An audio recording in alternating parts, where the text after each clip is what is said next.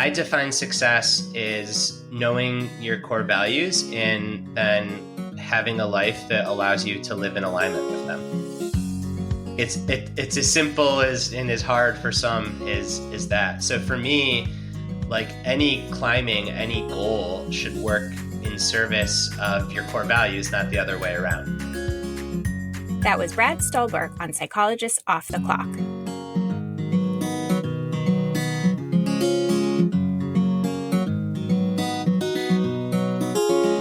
We are 4 clinical psychologists here to bring you cutting-edge and science-based ideas from psychology to help you flourish in your relationships, work, and health. I'm Dr. Debbie Sorensen, practicing in Mile High, Denver, Colorado, and co-author of Act Daily Journal. I'm Dr. Diana Hill, co-author with Debbie on Act Daily Journal and practicing in Seaside, Santa Barbara, California. From coast to coast, I'm Dr. Yael Schonbrun, a Boston-based clinical psychologist and assistant professor at Brown University. And from sunny San Diego, I'm Dr. Jill Stoddard, author of Be Mighty and the Big Book of Act Metaphors. We hope you take what you learn here to build a rich and meaningful life. Thank you for listening to Psychologists Off the Clock. Hi, everybody. It's Diana here, and it's with mixed emotions that I want to share with you that I'm leaving Psychologists Off the Clock to start a new venture in the new year. I'll be talking more with Debbie in a future episode to say goodbye and reflect on my time here. And I want to let you know about where I'm headed. I'm launching a new podcast called Your Life in Process. And what it is an opportunity to take these ideas from modern psychology and contemplative practice and really apply them to your daily life. I'm going to be having authentic and exposed conversations with thought leaders and scientists and spiritual teachers. And I'll be having Jed Brewer on as my regular contributor. The reason why I'm doing this podcast is because life is messy and unpredictable, and it's nice to have a partner with you as you learn new strategies to adapt and thrive. And that's what I'm hoping to be for you, your psychological flexibility guide. I even have a segment each week with bite-sized skills that you can try out at home. You can subscribe to the podcast for free at yourlifeinprocess.com. And if you do, you'll get the first 5 episodes in your podcast player when it launches in the new year. Please help me out by sharing this news with friends or colleagues you think may be interested, and listen to the trailer at yourlifeinprocess.com. Well, we're sad to see you go, Diana. We'll have one less co-host, but Debbie Sorensen, Jill Stoddard, and I are going to be doing some reinvention while continuing to offer the same great in-depth interviews and science-backed psychology content with leaders in the field. Our new directions will involve opportunities for us to get more interactive with all of our listeners, including with the Off the Clock book club that we'll be launching, as well as several other exciting developments we have in store. So we hope you stay tuned for details from Psychologists Off the Clock. Happy New Year's, everybody. This episode is a perfect entree into 2022 because it's an episode about building paths towards success. And I think what better time of year than to think about how to build healthy pathways towards success than right at the start of the year. So this is an interview with author Brad Stulberg about his recently released book called The Practice of Groundedness, a transformative path to success that feeds, not crushes your soul. And it was such a wonderful experience for me to get to talk to him. He has these principles for grounded success that include acceptance, presence, patience, vulnerability, community, and movement. And I just gobbled up his book. But even as I was reading and as I was talking with Brad, I kept thinking about your work, Diana, on healthy striving. And so I'm just dying to hear what your thoughts were about my conversation with Brad. You actually talk a lot about striving, and it made me think about this relationship between groundedness and striving. And it's really something that I've been researching in my own life personally, but also writing about. I did a summit on From Striving to Thriving, where I had a number of folks come in and talk about this topic and about it in their life. So how do we stay grounded while we strive? And one of the things that I actually thought of while you were talking was this sort of facade that I think that a lot of us are caught in. And I think social media, you talk about that, like how we can get caught by unwholesome purposes, but really like just being more what Thich Nhat Hanh would say, our true nature, letting our true nature shine through. And that's my mission right now, is to show up in a less edited way so that we can actually help people from a place of less unhealthy striving. Yeah. I love that that has become your mission to kind of show up in a very authentic way, because that is where connection grows, where creativity grows. And I do think that we live in this time and place in our culture where it's hard because it feels like there's so much judgment and there's so much pressure to kind of show up in these ways that we're going to get more likes and more response. And it kind of, I shared with you, Diana, after I had this conversation with Brad Stulberg, that I was watching YouTube videos of old music videos that I like with my kids right after. And we happened upon the Counting Crows, Mr. Jones. And there's this line in it that goes something to the effect of, when everybody loves you, that's just about as happy as you can be. And it really reflected for me one of the core themes of that interview, which is, we want to be loved by the public, by everybody. And yet that doesn't quite do it. And in fact, that drive can lead to really unhealthy ways of striving towards success, and that it is much more useful to take a step back and reconnect to your values, as opposed to striving for love and acceptance and acknowledgement in the public sphere. But it does require vulnerability. In some ways, it's getting more rooted, grounded in what is this for? What is this about? And it is really about, at least for me, being of service to people, helping people that maybe have similar struggles that I've had, or have ones that have a similar flavor. So we really hope that you all enjoy this New Year's episode with Brad Stulberg on the practice of groundedness. I'm here with Brad Stulberg, an expert on performance, well-being, and sustainable success. Brad's work has appeared in lots of impressive outlets, and he is contributing editor to Outside Magazine. Brad is a co-creator of The Growth Equation, an online platform dedicated to defining and attaining a more fulfilling and lasting success. And he's also co-host of the Growth Equation podcast. And we are here to discuss Brad's recently published book, The Practice of Groundedness, a transformative path to success that feeds, not crushes, your soul. Welcome, Brad. Hi, Al. It's so good to be here. Okay, so I wanted to sort of go right for the jugular and dive right into your history here, because I think it sets the context for your book. So if you're okay with that, I'm going to get personal. So you write, and you talk pretty freely, that while you were promoting your previous book, Peak Performance, you had your first panic attack. I mean, you were literally selling success when things kind of fell apart. So I was hoping that you would share with us how that experience really led you to the ideas that you explore in this new book. Yeah. So my first book, Peak Performance, really explores if you're at the top of the mountain and everything is clicking, how to try to stay there and how to try to maintain that level of performance. And I stand by everything in that book. It's highly researched and defensible. I hadn't yet had an experience in my own life where the whole foundation of the mountain started shifting and cracking until I had that panic attack and what ultimately was an obsessive compulsive disorder diagnosis. So that led me on a path to trying to understand what it might look like to have a more sustainable foundation of the mountain. It is also born out of the fact that, well, let me step back. When I was in the thick of OCD, there was no intellectualizing anything. It was just like suffering and trying to get out of suffering. Once I started to see the light at the end of that tunnel, then I became fascinated with the overlap of modern science and ancient wisdom on what it means to have a solid foundation. And that started this intellectual journey into trying to identify patterns that might underlie what I call groundedness. Yeah, so just a quick applause of your book, because it is a very amazing integration of modern science, ancient wisdom, your knowledge about sports psychology and business success. And I think that makes a really compelling case for this concept of groundedness. I wonder if you can kind of define what is groundedness. Right. I love mountains, so I'm going to go back to using a mountain as a metaphor. And it works on two levels. The first is, if you think about a mountain, most people will look up and admire its peak. And if it's a super steep mountain, perhaps they'll also take note of its slope, or what in a climbing community would be called its prominence. But very rarely do people look at a mountain and look down to its base.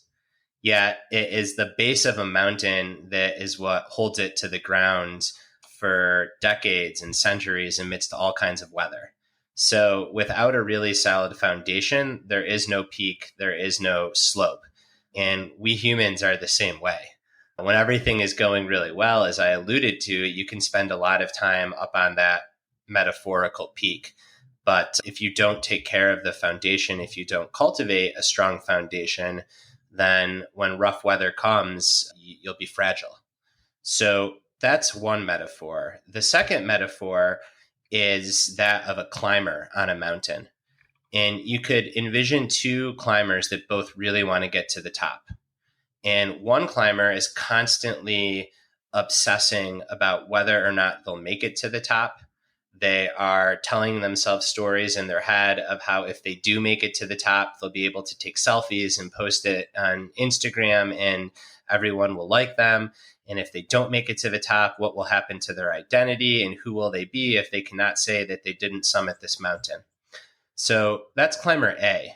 Climber B might equally want to get to the top of the mountain, but is very focused on the small steps that they're taking along the way, trying to be consistent.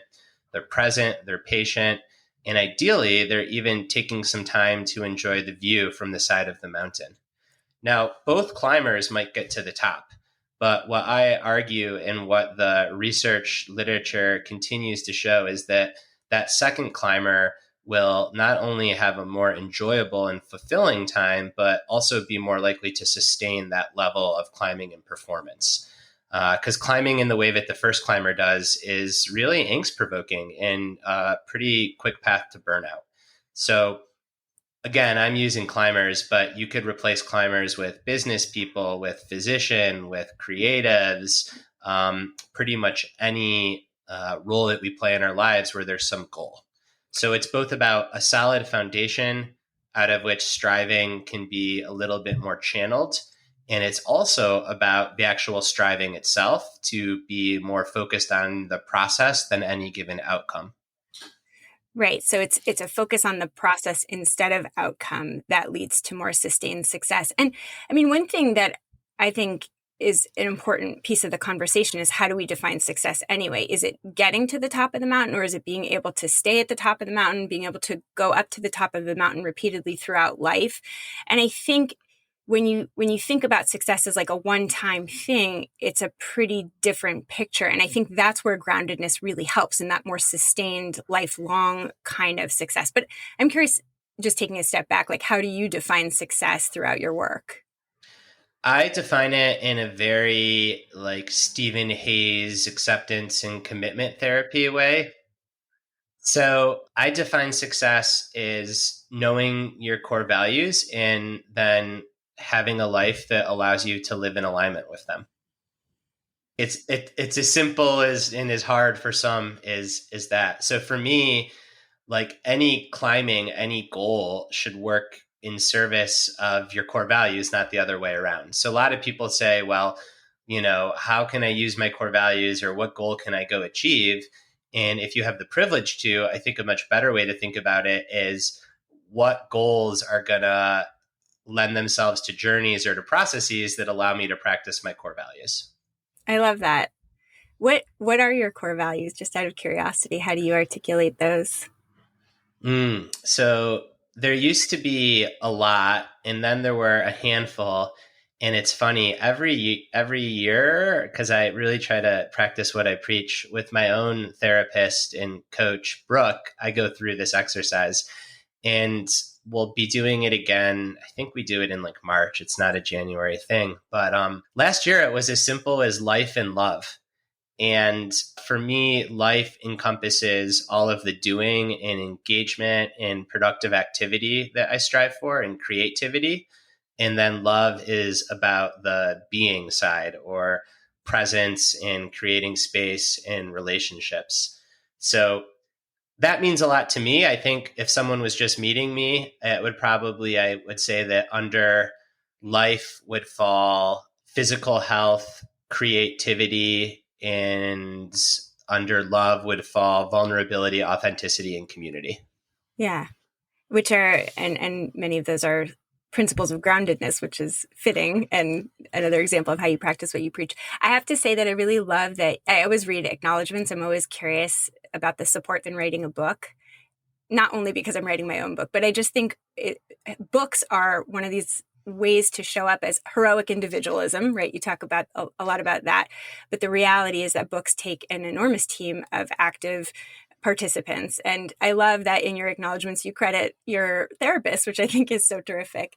And I'm curious, is that how you came to know acceptance and commitment therapy? I'm always curious how people outside of scientifically oriented psychology discover ACT. Yeah, so my discovery of ACT was absolutely through my own being in therapy for OCD. What's interesting is that so my OCD experience, like it was very stark onset. I was 31 and I had no prior history of therapy, of anxiety, of depression, at least not that I was aware of. But I had kind of already started down this path of trying to merge like art and science, East and West. So even prior to ACT, a big part of my first book was about like, trying to live in alignment with your core values. So I think it was there before that, but then ACT really solidified it for me. And like so many people that have OCD and that are fortunate enough to be working with skilled therapists that understand it, my own recovery was very much like from an exposure and response prevention, like kind of getting through the initial just paralyzing intrusive thoughts and feelings, and then more towards acceptance and commitment to, hey, you're always going to live with some element of this. Like the best way to kind of have it go away is to stop trying to have it go away. Yeah. And I love too that I can't remember if this was where I either heard it on a podcast interview with you or I read it somewhere, but you talked about how even writing about your OCD brought up a lot of highly OCD kinds of thoughts of something bad is going to happen to me, and that your therapist really encouraged you to follow your values and accept the discomfort of the thoughts and the feelings. And that was such a great example of values in action, where you were really suffering, but really committed to acting in line with your values. Thank you. Yeah, it's funny how that works. And it took a lot of support from Brooke, my therapist, who like, every percent of that acknowledgement is genuine and earned. Earn's the wrong word, just there. Like she's been so incredible as a really like a coach and in all these things. But yeah, it's so funny how that works. So the reason that I initially wrote about my experience with OCD was simply because there was so much cognitive dissonance that I was facing. I'd had this best-selling book titled Peak Performance on like, mental kind of cognitive performance just as much as athletics. I'm young and I'm getting all these notes from people asking me like the secret to success. And meanwhile, I'm like scared to leave my apartment at that time of my life. So I either was going to stop writing or I was going to need to close this gap. Like there was no world in which I was going to be kind of performance expert to the outside and suffering within. So the first thing I had to realize was that, hey, I could still be a performance expert and be going through this. The second thing was then to share it. And a lot of people, when they open up about mental illness, I think there's like some fear around what are people going to think of me? And I didn't really have that. I'm very fortunate that like I've never really been in environments where mental illness was stigmatized. My fear was simply, as you said, that like in the bizarre OCD brain, that if I were to write about it in a way, it would be like exerting control over it. And then it would come back to get me and be like, no, you don't actually control me. So yeah, writing about it became this like huge exposure. Because it was a chance for OCD to tell me not to do something and then for me to do it anyways and live with the discomfort that brought on. Yeah. Yeah. That's amazing. And I know in an email you wrote to me that it was like SSRIs and ACT that saved your life. And I just think it really is a testament to the power both of medication and of treatments that we know are effective. Yeah. And the funny thing is it's maybe SSRIs and definitely ACT. You're a professional. It's one of those things where like they certainly didn't hurt me, and perhaps they're helping. N of one, it's hard to know. All right. So I want to segue into talking a little bit about ego, because there's, you talk a lot about this heroic individualism. So ego has a lot to do with our drive for success. And so I guess my question is, how do we associate with our ego in healthy ways? This is such a big question. So this is like the question that not only acceptance and commitment wrestles with, but also Buddhism, Stoicism, some forms of Judeo-Christianity. So this is like the $1 million question. Brad, I put you on the spot to answer it. Well, I'm using my lifeline. I'm going to page the historical Buddha. So I think that the first thing that is challenging for a lot of people, myself included, is to take a non-dual view to this. So ego isn't good or bad. It just is. Ego is both good and bad. It depends. So that kind of sets the stage for everything else that I'll say here. And I think that as long as your striving is predominantly driven most of the time by something other than relevance, money, ego, external, then it's probably going to be pretty healthy. So what I mean by that is you can write a book for two reasons. One is because you want to sell a lot of copies and have people talk about the ideas in the book and be a bestseller and so on and so forth. You can also write a book because you love writing, you love communicating, you love having conversations like this that a book is a conduit to. Yeah. The former is very like ego success. The latter, I would argue, is more meaning success. And I think that so long as most of the time you're driven by the latter, then striving can be healthy. Now, what tends to happen, particularly in today's world, is we're swimming in like this enormous ocean of various things that feed the ego success. So we've got metrics for everything. We've got followers, we've got retweets, we've got likes. Even if you're in a more traditional workplace, like there's dashboards for everything. All of these ways that we measure ourselves that very much feeds like ego. So I think a huge part of keeping passion harmonious or keeping ego in check is to have some really strict boundaries around like what you take in. So I know myself, if I were to be on all the social media apps and if I were to allow myself to check my sales rank of my books whenever I felt like it, that would feed my ego and I wouldn't like how I feel.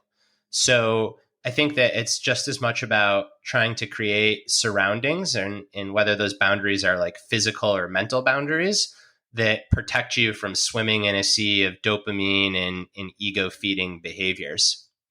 Well, I have a few questions about that, but the first is just very practical. So what kind of boundaries do you set for yourself that are helpful on that front? So it's a great question. I only have one social media account.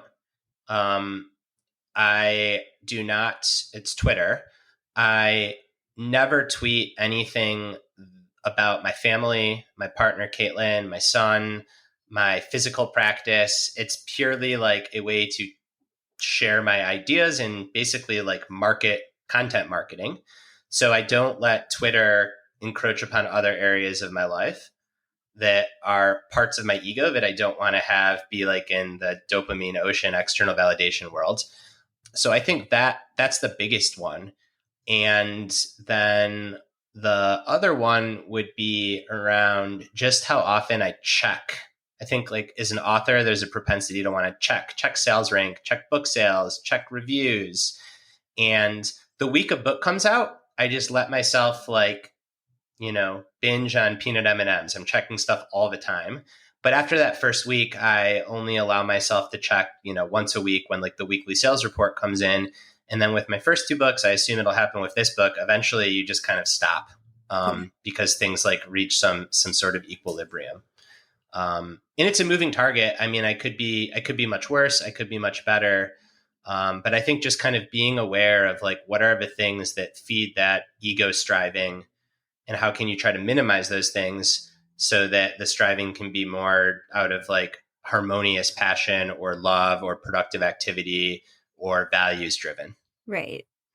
Yeah. So I love that way to kind of keep yourself in check, to not let the desire for a dopamine rush drive it. The other question is, how do you handle living in an environment where there's a tremendous amount of pressure to achieve those metrics of success? So for example, I mean, if we're talking books, there was just a piece that came out in the New York Times yesterday, which stated very clearly that many publishers have number of followers as a standard part of whether they'll be interested in acquiring a book. Now, the article went on to say that that doesn't actually necessarily predict sales, but still, if you're an aspiring author, there's this pressure to build followers and to do it. And the pressure is so intense sometimes that it's hard to do it out of a love of communicating good ideas. So I'm curious what your thoughts are on that. Yeah. It's a game, and sometimes you just have to play the game. And I think that reminding yourself that it's just a game is the most important thing. So, it's something that I've been thinking about a lot, and that's such a profound example. But like Facebook's meta, the more that our analog selves and digital selves become one, I think the worse it will be for our mental health, because we're not meant to compete for 60,000 followers. We're meant to be in close community with the people that live in the square mile around us. And I think that my answer to that question is the people whose validation I want most are truly like physical people that live in my neighborhood. And that allows me to view the social media stuff as more of a game. Now, I can still try to be helpful. I can try to use Twitter as a platform to share good information. But like the number of followers I have, I mean, I could tell you exactly how I could get my follower account to 100,000. I'd start like spewing conservative bullshit. But like, I don't want to do that. So like, it's a game. And within that game, you have some boundaries. I love that. The other question that I was going to ask, as you had been talking before, which is this idea of non-duality that you talk a lot about in your writing. And I just wanted to give you like a platform to talk about it, because I love this idea that many things that we think of as bad or good really have some elements of both.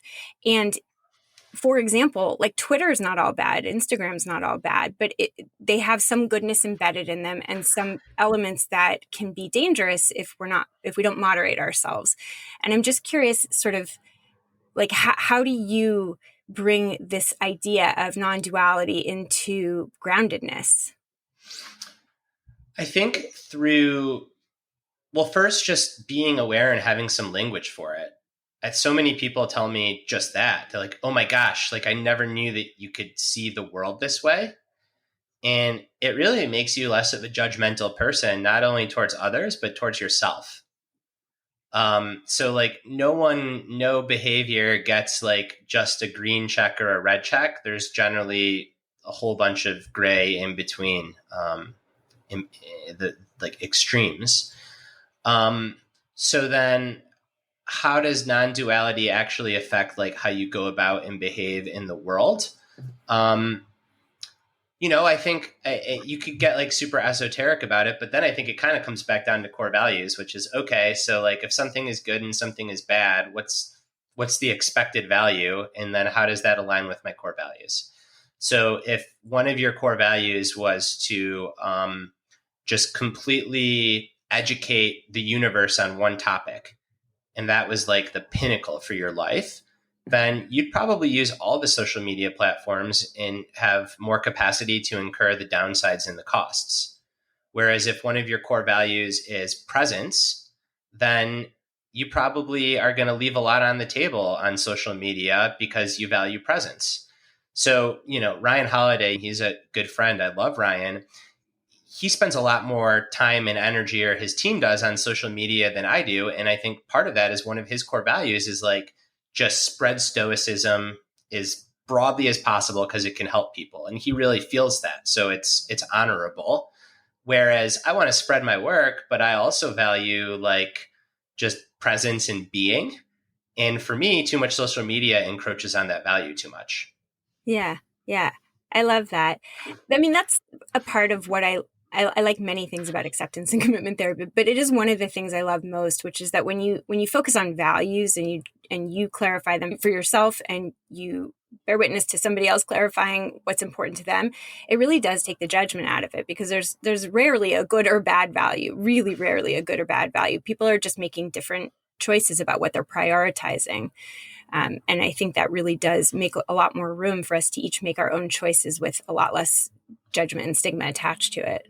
And I think boundaries, again, I'm going to come back to boundaries. They're so important because, in the first month that my book comes out, I am on Twitter all the time. And that's because like there's this event that's happening and I don't want to have regrets and I want to get the book out. And maybe it's 20% ego, being relevant, selling copies, and 80%, like I really believe in the ideas in it. I want this to be a part of the conversation. I want my kid to grow up in a world with less heroic individualism.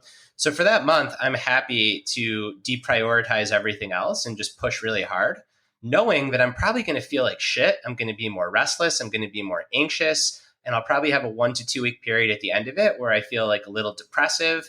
And just accepting all of that and being like, all right, I'm willing to incur those costs for the potential benefits, not judging myself, knowing it's going to happen, but then being really firm on the boundary, having my wife, my collaborators like hold me to it, and then coming out the other side and kind of grooving back into more of what my natural equilibrium would be. So even that's non-dual. Like it's both core values, and then it's for a given season of life, what makes sense, what are you wanting to do, and what's going to get you there at what cost. Right. That's the flexibility to say, right now I'm going to prioritize this value and then I'll pivot to something else. But it also speaks to acceptance, right? Acceptance that you're going to incur some costs and discomfort along the way by prioritizing one value, but that you've clarified your value sufficiently that you've decided it makes some sense to do that. It's like deciding that one day you're just going to do a Netflix binge and eat junk food, but deciding that you want it, it feels good, you'll be healthy tomorrow, and you're going to tolerate the fact that your body might feel a little gross the next day. But doing that with your eyes open makes it okay. It's still value consistent. Yes, I'm so glad that you said that. The example I was thinking about is like if you're someone without a substance use disorder, it's like deciding that you're going to have 4 drinks, even if you're going to feel like shit the next morning. But as long as you make that conscious decision and you don't judge yourself, that's fine. You just don't want to be doing that frequently because then you're feeling like crap all the time. So launching a book is like having like 40 drinks. It's really. Is this your first book that you're working on? This is my first, so you're giving me a little bit of insight into what to look forward to, but also an opportunity to clarify for myself how I want to handle that month. Yeah, and I think that something that I've learned is not knowing your values or anything about it. I think there is a modicum of just accepting that like you are literally, when you launch a book, going to swim in a sea of dopamine and kind of giving yourself permission to do it. And then just having really, I sound like a broken record, well-defined concrete boundaries for time, space, and then people to hold you accountable. That's kind of what I would recommend. Yeah. I mean, that's kind of an interesting metaphor more generally. Like obviously, books are just one example that we share, but anytime you get to the top of any mountain, it feels great. And there's something so addictive about that delightful feeling that we want it again, but we can't always be climbing to the tops of mountains. We're going to burn out. We're going to neglect other responsibilities. And so having a community to hold us accountable, having a plan of action for how we're going to feel when we get off the mountain and feel a little, less excited because it's not as beautiful on the ground, I think can be really helpful. Just that open awareness of like, we're not always going to live on top of an exciting mountain. Just human nature causes us to habituate to it, and we can't stay there because we got other things we have to do. Yeah, and this is such a part of the argument in groundedness, right? Is again, what makes it hard is that like the whole consumer engine runs on the illusion that you ought to always be happy and you ought to always be excited and you ought to always be on top of mountains. 95% of the books, predominantly those written by dudes in this genre, are all about like optimizing and hacking and productivity. And if you have that expectation of yourself always, you're just never going to meet it, and you're always going to be frustrated.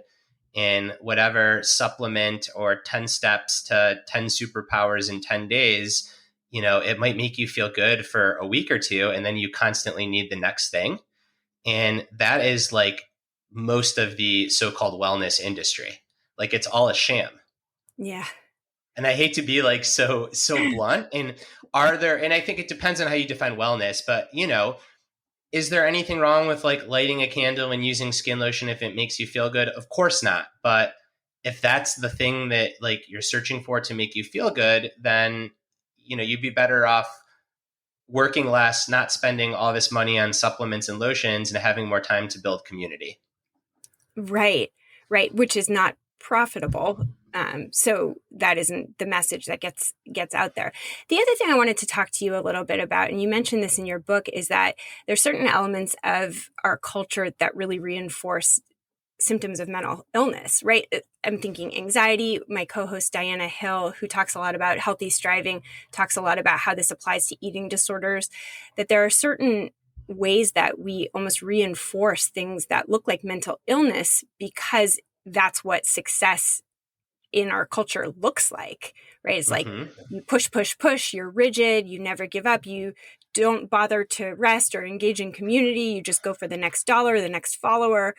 And so how can we think about healthy striving in the place of mental illness so that success doesn't end up getting conflated with anxiety or unhealthy ways of striving? I mean, that in a nutshell is like why I wrote the book. Presumably it's why you're writing your book. Presumably it's why your colleague, has termed this healthy striving, which I think to a lot of people sounds like an oxymoron. And it's so important to try to like reclaim a healthy way to strive. In Buddhism, on the Eightfold Path, which are, the Buddha was like a McKinsey consultant. He had all these frameworks. That's why I love Buddhism, right? It's like the analytical mind in me. It's like a big PowerPoint deck. So the Eightfold Path is a really powerful framework. And people often think of Buddhism as completely releasing from striving and just kind of being. But one of those 8 values is what the Buddha called right effort. And it's probably what Diana would call right striving. It's what I would call groundedness. It's what an ACT therapist might call like values-based drive. So the Buddha didn't say like you ought not to strive. The Buddha said like you should strive in a very present, grounded, wholesome way. It's what modern research is called like harmonious passion versus obsessive passion. So there's nothing wrong with striving. To your point, the issue is when the way that striving is framed and encouraged in the culture starts to look a lot like obsession or anxiety. If you're looking for a great way to support us here at Psychologists Off the Clock and make your life easier and healthier, you should go to my new favorite online store, Thrive Market. Thrive Market carries all your grocery and household essentials with the convenience of getting everything online and then quickly shipped right to your door. And right now, you can get 30% off your first order plus a free $60 gift if you go to thrivemarket.com/POTC. I love that I can use specific filters to curate my shopping experience so I can find organic meats and low sugar snacks for my kids. Plus, when you join, they give to a family in need. How cool is that? So join in on the savings with Thrive Market today and get 30% off your first order plus a free $60 gift. Go to thrivemarket.com/POTC for 30% off plus a free $60 gift. That's THRIVE market.com/POTC. thrivemarket.com/POTC. I know I talk about my kids a lot, but I also have 2 adorable dogs, Tilly and Hazel. We love to spoil them, which is why we love Whole Life Pet. Whole Life Pet makes single ingredient treats, meal mixers, supplements, and hydrating snacks for both dogs and cats. And if you try out Whole Life Pet, you're surprising your pets with fun new flavors while also supporting Psychologists Off the Clock. Visit wholelifepet.com and use promo code POTC to get 25% off your first order with free shipping over $50. When I open the Tuscan Blend Bistro Bowl meal mixer to add to Tilly and Hazel's food, they start wildly sniffing and can't wait to dig in. The best part is Whole Life Pet uses a freeze-dried process that locks in nutrients and freshness, and they never add chemicals, additives, preservatives, or anything artificial. Visit wholelifepet.com and use promo code POTC to get 25% off your first order with free shipping over $50. If you're unsure about what to try, you can fill out their short questionnaire by clicking the red Start Today button on the home page. It will ask you a few questions and make custom product recommendations for your pets. Visit wholelifepet.com and use promo code POTC to get 25% off today. I am here with Katie Rothfelder, who is our dissemination coordinator.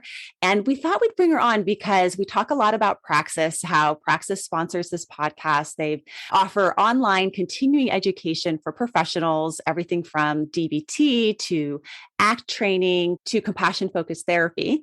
And Katie's had some personal experience with Praxis that I think would be helpful for you to all learn about.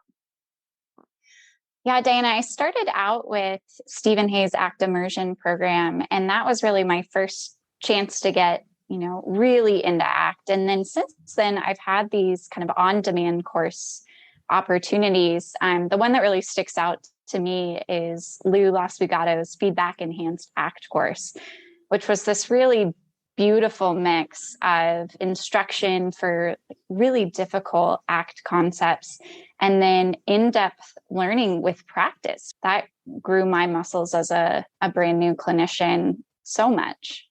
So if you are interested in taking a Praxis course, go ahead and go to our website, offtheclockpsych.com, and we have a discount code for you for some of the live courses. Check them out, Praxis Continuing Education.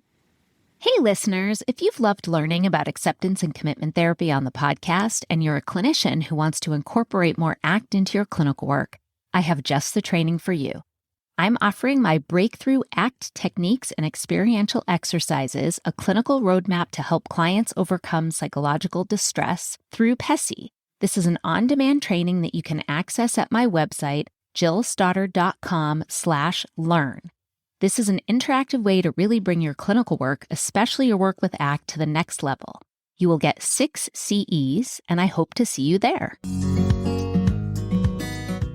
I wanted to talk a little bit about the value of vulnerability, but in a non-dualistic way. And the reason that I say that is, sometimes I think specifically about my role as a therapist, and, you don't want to be too vulnerable as a therapist because your role is not to kind of share your own stuff. But you also want to be human. And then in other spheres of life, it's really important to kind of show up and be vulnerable. And yet there are times where you really want to hold back the more vulnerable sides of yourself. I'm actually thinking of a study that I read recently about the early stages of dating, and they found that too much honesty early on was a predictor of the dating relationship not progressing. And so there are ways that you want to kind of be careful about how much of yourself you share. And yet you argue that vulnerability, and I agree, is really critically important for groundedness, for living a healthy, sustainable life.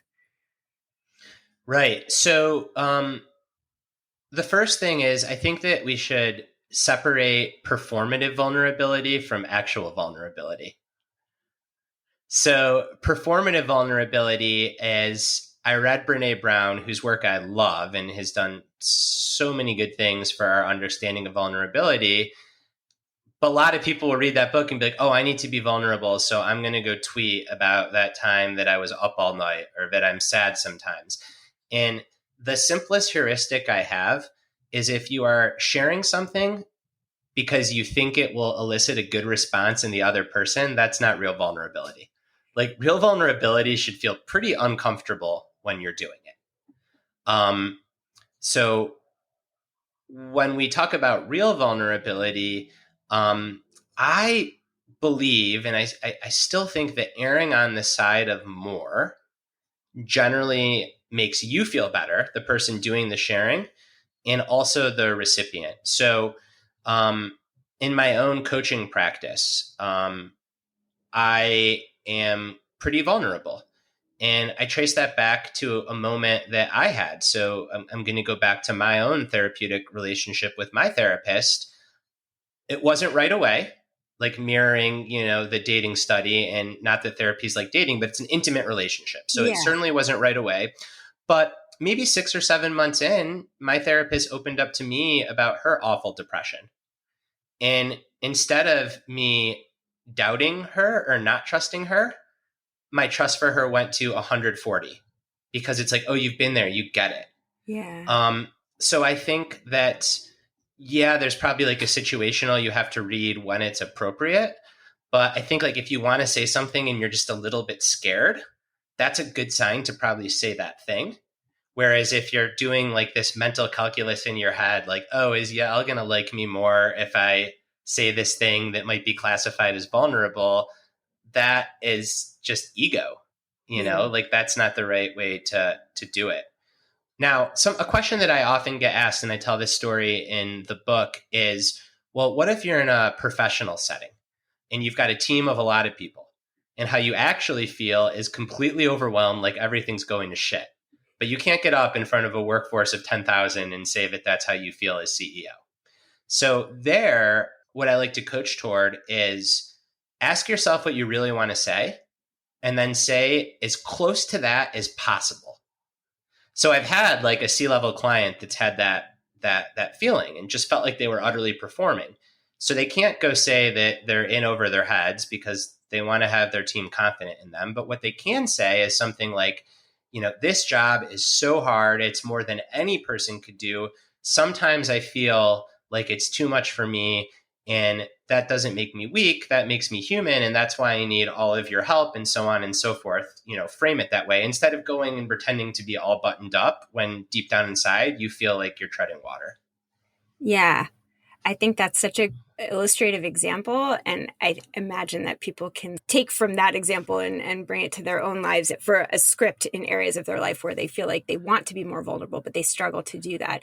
Yeah, I'd use intuition, like just because I know you get it because this stuff is like all second nature to you. But just to be really explicit for the listener, the heuristic is just, what do you really want to say, and what's the closest thing to that the situation makes you comfortable saying.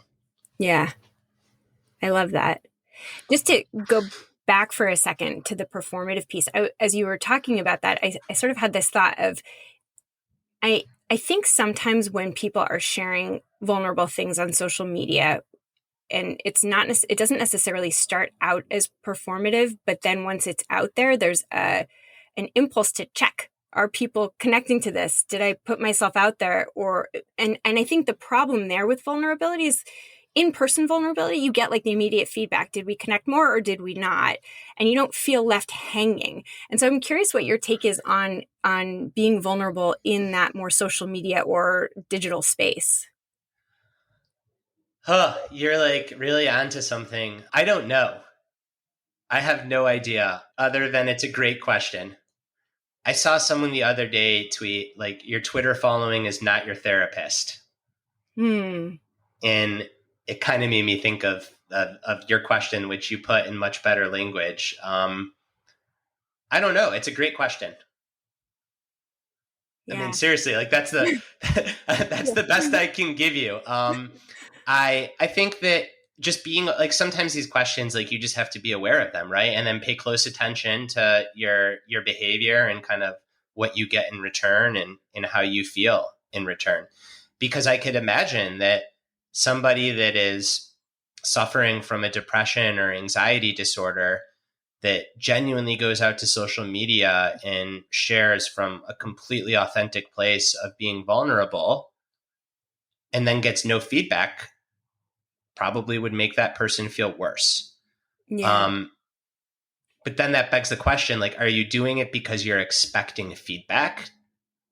And I think maybe that is like a helpful kind of principle for social media sharings. If you're doing it because you're expecting feedback, probably not great to do on social media, probably better to do with an analog human in your life. Yeah.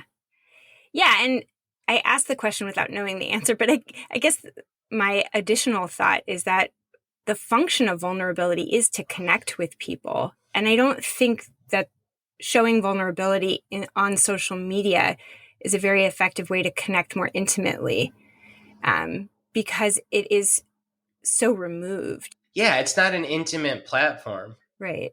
I think if you're sharing something vulnerably on social media because you want to have other people not feel so alone that might be suffering or hurting in the context of mental illness, that's great.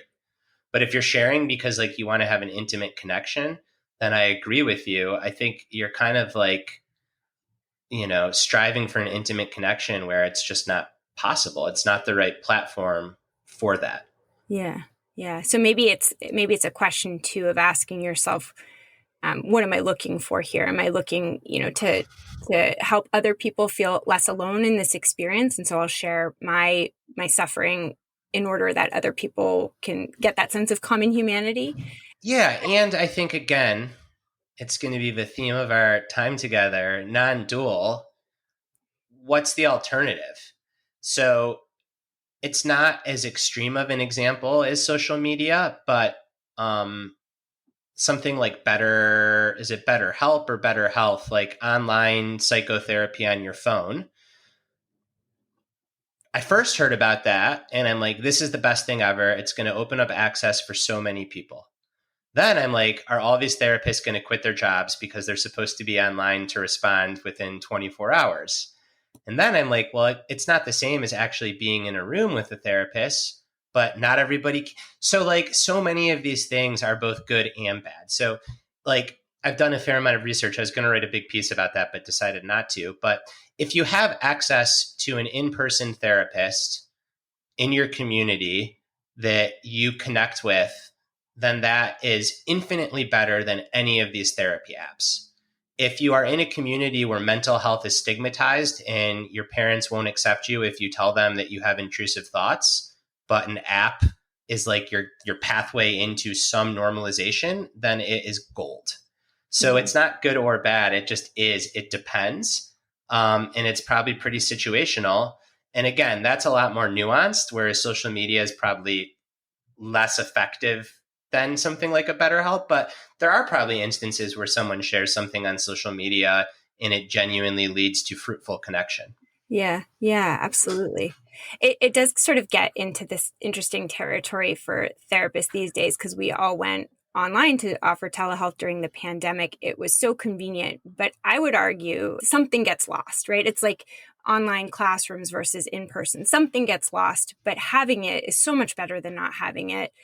And now that things are opening back up again, there's this kind of dilemma because it's so much more convenient for people. Like you take up much less of people's time. I do a lot of couples therapy, and so at least one of them is working. And so, they can even attend couples therapy from different places, and yet something gets lost. But in that non-dualistic thinking, if I sort of remind myself, better that they attend regular therapy than not.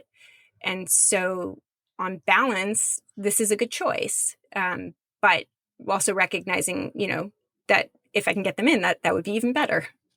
Exactly. And maybe there's like there's a middle ground too, where it's like they're in once every 4 sessions and then the work can be virtual the other 3, something like that. But you're asking such great questions, and I'm not just saying that to like to butter you up or anything, but I think that there's like even a more meta question there, which is like, at what point do we keep doing the good enough thing and then the actual thing just goes away completely, when in fact, like, no, we need the actual thing?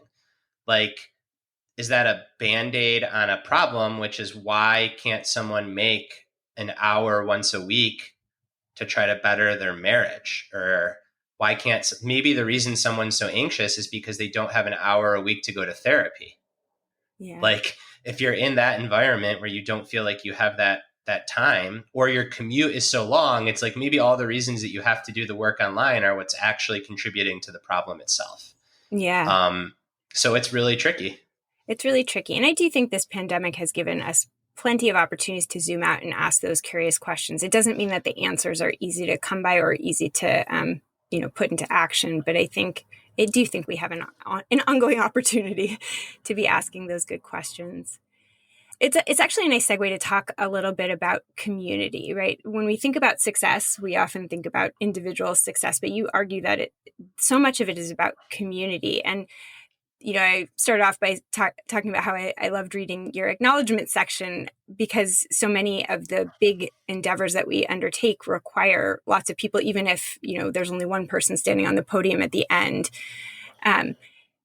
But one thing that I was thinking about, the theme really is like non-dualistic thinking, is that it's the balance between community and being on your own. So you write a lot about exercise and movement, and how doing it in community can be very motivational. And I was thinking as I was reading it, but I love exercising alone. It's like I'm a mother of 3 and a therapist and just constantly doing. It's my alone time. And just this past week, my son came down to the treadmill, my youngest, while I was running, and was just standing there. I just had this very strong thought of, I want to be alone. So I think it's an interesting question of like how to build community in ways that are nurturing for ongoing health and sustainability, and then how to access alone time. And I'm curious how you approach that balance. So I think that it's quite individual based on someone's temperament. Someone might need a lot more alone time or a lot more community than someone else. So everyone probably has their own kind of unique set point between those two. And then it's around, I hate the word optimizing, but in this case, it makes sense, optimizing that set point. I think where people get into trouble is if efficiency and productivity is the reason that you're not making the time for community. That's very different than you genuinely want to be alone. So if I'm canceling plans, or if I'm doing everything over text instead of a phone call, or Zoom instead of driving 10 minutes to go to a hike or a coffee shop, because I genuinely want to have an hour just to be, that is very different than I'm doing it because I'm looking at my schedule and I realize I can see one more patient if I do this over Zoom instead of drive to meet someone at a cafe, or I can write 2 more paragraphs. So that to me is like the kind of red herring to identify is, are you choosing not to build community because it's inefficient? Or are you choosing not to build community because you're freaking worn out of extroversion and other people and you want alone time? Yeah. Yeah. In my own life, that's certainly true. When I let efficiency or productivity cannibalize community, I always feel like crap. And when I want to sit and read a novel instead of hang out with the neighbors and I cancel the barbecue, I feel great. Yeah. Yeah. Can I follow that up with a personal question? So your first 2 books were written with your colleague, Steve, who I think co-founded Growth Equation with. And this recent book, which has such an emphasis on community, is written as a solitary author. And I'm curious how you made that decision. That's what you think. So I love this question because people are always like, So Steve is like my best friend, my collaborative partner. I'm on the phone with him 18 times a day. There is nothing but love there. And the best part about this book experience was watching Steve promote it as if it was his own. And he said he was going to do that. And it's one thing to say that. It's another thing to just go full on shameless mode promoting for 3 months a book that doesn't have your name on it. And he probably promoted it harder than me. I remember 3 days in, back to like the dopamine sea, I called Steve. I'm like, I'm done. The sales rank's starting to drop. I feel gross. Screw this. I'm done. And he gave me this huge pep talk. And thank God he did, because if I would have quit like promoting, then I would have sold the book way short. So that's been absolutely wonderful. So then the question is, well, yeah, why did I write this book alone? 2 big reasons. The first is if you read it, and I know you have, but listeners, there's such a through line in the book as my own experience with OCD and depression. And that is just super intimate and personal and not something that Steve has shared. Not shared meaning he's gone through it, but like we haven't had that. He hasn't had that experience in the way that I have. And then the second reason is just kind of the mechanics of making a living in large by being a writer, that if you split a book advance, that's half than if you do it alone. and we had two really good ideas. Groundedness was one, this examination of like what it means to be tough is the other. And that book will come out in June. And it's very much like a Brad and Steve book, but Steve's name's going to be on it, and I will promote it as if it's my own. So that is the backstory there. Yeah. Yeah. And there's something so wonderful about writing with other people. And then there's something so nice about just leaning into the single voice, the I, that is just easier. But it's also nice to do that still with like silent collaborators, right? To have people that read it and give you their honest feedback. The brain trust idea, which I love. And maybe you can even talk about what the brain trust idea is. Yeah, it's just that. It's having a group of people whose brains you really trust, that you can run stuff by, that you know will give you an honest answer, even if it's not what you want to hear. And then you'll listen to those people because you trust them. I think in creative pursuits especially, it's so helpful, even if their name's not on the book, to have that person that is in your corner as if it was their own, because it is lonely out there when you launch a book, and like going through it with someone else that can help keep you grounded, and also that you can just like have fun with and just laugh at the absurdity of like everything. So I'll tell a story from, and I hope this isn't too inside baseball, from the book launch of Groundedness. So the kind of publishing plan and the goal for Groundedness was to get on the New York Times bestseller list the first week. And again, non-dual, I'd say 20% was purely ego, but the other 80% was just dying to not have to promote the book so hard. And if you get on the New York Times bestseller list, it does a lot of the promotional work for you, because that's where podcast hosts go, that's where readers go. So it helps generate future sales so you don't have to grind. And the book had sold enough copies to get on the list. And then the list came out and it wasn't there. So the reason it wasn't there is it turns out my publisher had forgotten to invoice one of the large purchasers for the books. And even though this purchaser, think like a Barnes and Nobles, had sold the books, they don't report the books until the order is closed. And for the order to be closed, the publisher has to invoice them. So the book had sold, I don't know what it was, 6,000 copies the first week, but it only came across as like 4.5 and it missed the list. So if I would have gone through that alone, I would have been like pretty freaking down. The fact that I could call Steve about it helped me get from pretty down to laughing about the absurdity of it all within like 30 minutes. So I think it's not just launching a book, kind of any big thing where there's stuff that's outside of your control and you want something badly, but so much can go wrong.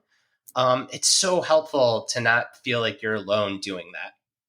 Yeah. Yeah. It helps you recover when things don't go well. And things sometimes don't go well. Like no matter, I think that that's a really important point that you make again and again in your book, which is you can try hard and try well and do all the things that you're supposed to do. And sometimes the outcome isn't what you want. And that is why focusing on the process is so important, because not only because it increases the likelihood of a good outcome, but also because it helps you to rebound more quickly.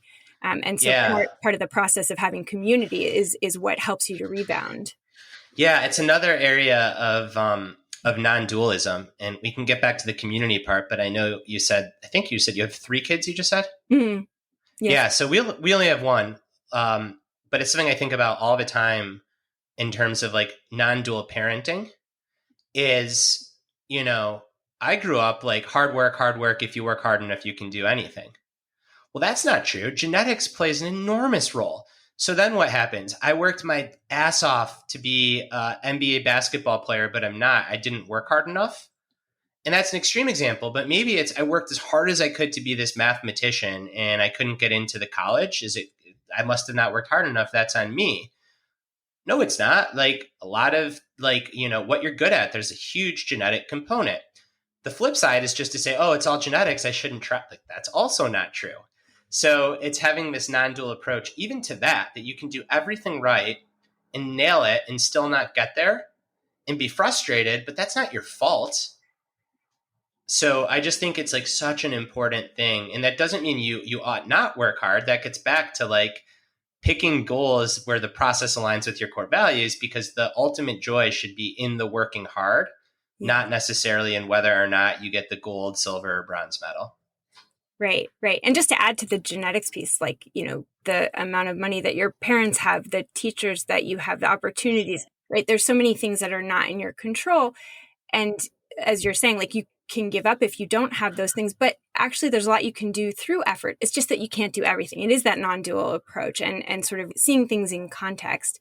The other thing I just wanted to also give you an opportunity to talk about is, like, community is not just for picking you up when you fall down, but it also can raise your performance. And you gave this really lovely example of your friend Shalane Flanagan and of how community helped her become a much stronger runner, as well as the runners with whom she was running in community. Yeah, so Shalane is the best. She's actually the best, and she's the best. So Shalane is a 4-time Olympian. She's the first American woman to win the New York City Marathon in over 40 years. And that happened at age 36 for her, which is fairly late for a professional distance runner. And for the vast majority of her career, Shalane trained alone, very solitary, and for good reason. Her training was super scientific. So workouts had to be an exact pace, an exact mileage, totally prescribed for her unique body, her unique fitness level, her unique goals. And she came devastatingly close to winning these major events, but didn't. And then later in her career, she decided that she wanted to train with a group of other women. And that meant forfeiting some of the optimization of her training, because now she's running with other gals. But what happened is her performance just skyrocketed. And so did that, as you said, of many of the other women in the training group. And Shalane really attributes her New York City Marathon victory to the fact that she stopped training solo and started training in a group. And you realize this, I think, in other domains too. There's some pretty solid research that shows that emotions are contagious, motivation is contagious. And ultimately, I don't know if there's a study that points at it, but like doing hard things with other people is just more fun. And if you're having fun, you're more likely to do those things well. And I think so much of it just comes down to that. Yeah. Well, it's like the equation for grit that Angela Duckworth talks about, passion plus persistence. They feed each other, right? Enjoying what you do, being passionate for it. It helps you remain persistent in that goals that you're pursuing. Yeah. And I think that that's about, as you said, like, the community, the having other people around you. And then back to our prior conversation around like unique genetics, it's also about like finding the right fit and finding something you're good at. This is just a footnote in the book, but I actually think it's really important. In the chapter on patience, I talk a little bit about grit and how I think that Angela Duckworth's grit is like such a useful concept. But I firmly believe that you first need to have fit before you can have grit. So in my own upbringing, I quit at everything related to math. I quit AP math in high school. Then I quit calculus. I thought I was going to go to business school in undergraduate. I quit. Then I thought I was going to major in economics. I took Econ 401. I quit. I was the opposite of gritty in math. But in English and language arts, I got rejected from journalism school. I kept writing. I didn't get on the school newspaper. I kept writing. I had countless things rejected from magazines, from blogs. I kept writing. So I was a hugely gritty writer. And as a result, like here I am making a living writing. So it's not that I'm a gritty or not gritty person. It's that I found something that was the right fit for me, and then I could be gritty at it. And it very much relates to this, like if you just work hard, because if I would have just worked hard at math, I would have constantly failed. So I think non-dual, again, the ability to have grit and also the ability to quit are really important. Yeah, 100%. So, okay, so the principles of groundedness are acceptance, presence, patience, vulnerability, movement, and community. And so this is my final question. I'm curious, do you think that you've become more grounded since becoming a father? Yes and no. On the ultimate level, yes. On the daily level, heck no. I mean, like there's so much frenetic energy. listeners can probably get a sense. I think that so much of my own kind of philosophy and spirituality is rooted in Buddhism. And back when I lived in the Bay Area, there was this meditation teacher named Will. And often people, and this is right around the time that Theo was born a few years ago, people would ask, how am I supposed to practice? I have this kid. And Will would just laugh and say, well, if you have a young child, you basically have live-in Zen master. Because talk about not getting attached to what you're doing, to a certain way of feeling, to a certain way of being, to sleep, to anything. The kid comes in and says, kill all your attachments and be in the present moment. So I think kids are really good teachers, but yeah, day to day, it can feel really, really frenetic. Yeah. Yeah, if there's anyone out there listening that is expecting or has a young child, don't worry about sitting with your eyes closed for 15 minutes a day. Your life is about to be a grueling retreat, and also a very joyful retreat for the next few years.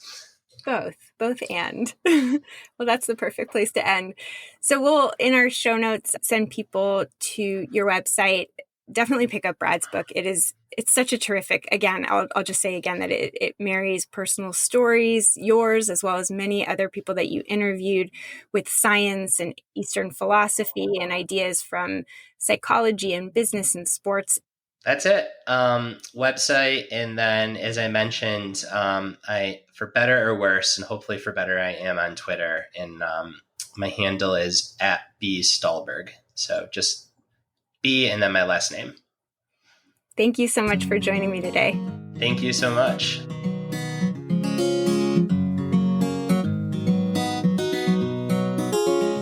Thank you for listening to Psychologists Off the Clock. If you enjoy our podcast, you can help us out by leaving a review or contributing on Patreon. You can find us wherever you get your podcasts, and you can connect with us on Facebook, Twitter, and Instagram. We'd like to thank our strategic consultant, Michael Harold, our dissemination coordinator, Katie Rothfelder, and our editorial coordinator, Melissa Miller. This podcast is for informational and entertainment purposes only and is not meant to be a substitute for mental health treatment. If you're having a mental health emergency, dial 911. If you're looking for mental health treatment, please visit the resources page of our webpage, offtheclockpsych.com.